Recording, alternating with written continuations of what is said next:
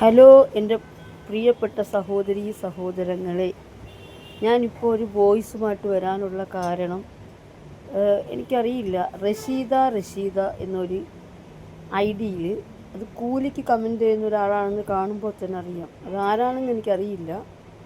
അവരതിൽ പറഞ്ഞിട്ടുള്ളത് വർഷാവർഷം നജില എന്ന് പറയുന്ന ആ സഹോദരി കുഞ്ഞുങ്ങളെ ഉൽപ്പാദിപ്പിച്ചുകൊണ്ട് പൊതുസമൂഹത്തിൽ നിന്നും പൈസ കറക്റ്റ് ചെയ്യുന്നു എന്നാണ് പറഞ്ഞിട്ടുള്ളത്.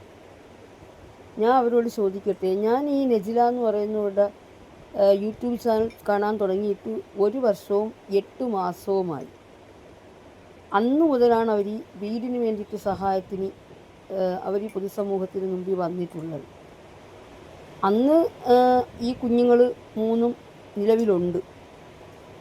യൂട്യൂബുകാർ കൊടുത്തു എന്നും പറഞ്ഞാൽ ആ കുഞ്ഞുങ്ങൾ അത്രയും വളരുമോ? ഒരിക്കലും ഇല്ല. ഞാനങ്ങനെ വിശ്വസിക്കുന്നില്ല.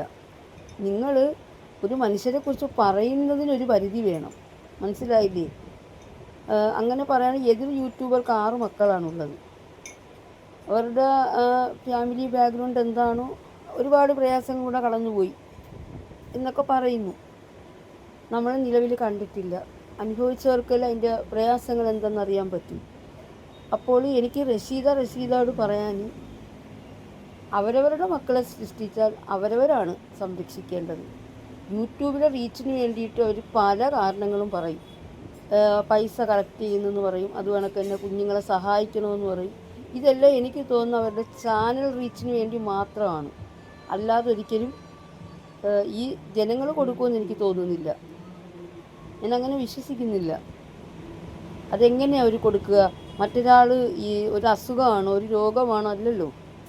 ഒരു വയറ്റിൽ കിടക്കുന്ന ഒരു കുഞ്ഞിന് വേണ്ടിയിട്ട് സഹായിക്കണമെന്ന് പറഞ്ഞാൽ മണ്ടരാണ് പൊതു സമൂഹത്തിലുള്ളവർ. നിങ്ങളെന്താ മനസ്സിലാക്കാത്തത്?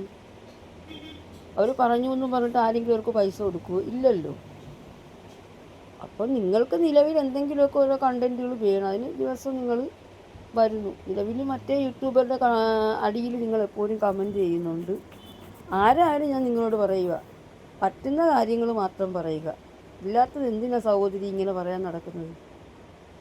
ഇത് ഞാനത് കണ്ടതുകൊണ്ടാണ് ഇപ്പം ഈ വോയിസുമായിട്ട് വരുന്നത്. കേട്ടോ, ആവുന്നത് പറയുക. നാളെ നമുക്കും പൊതുസമൂഹത്തിന് മുമ്പിൽ വരേണ്ടി വന്നാൽ എന്ത് ചെയ്യും? റഷീദായിക്ക് പറയാൻ പറ്റുമോ? ഇല്ല. ഓക്കെ അപ്പോൾ.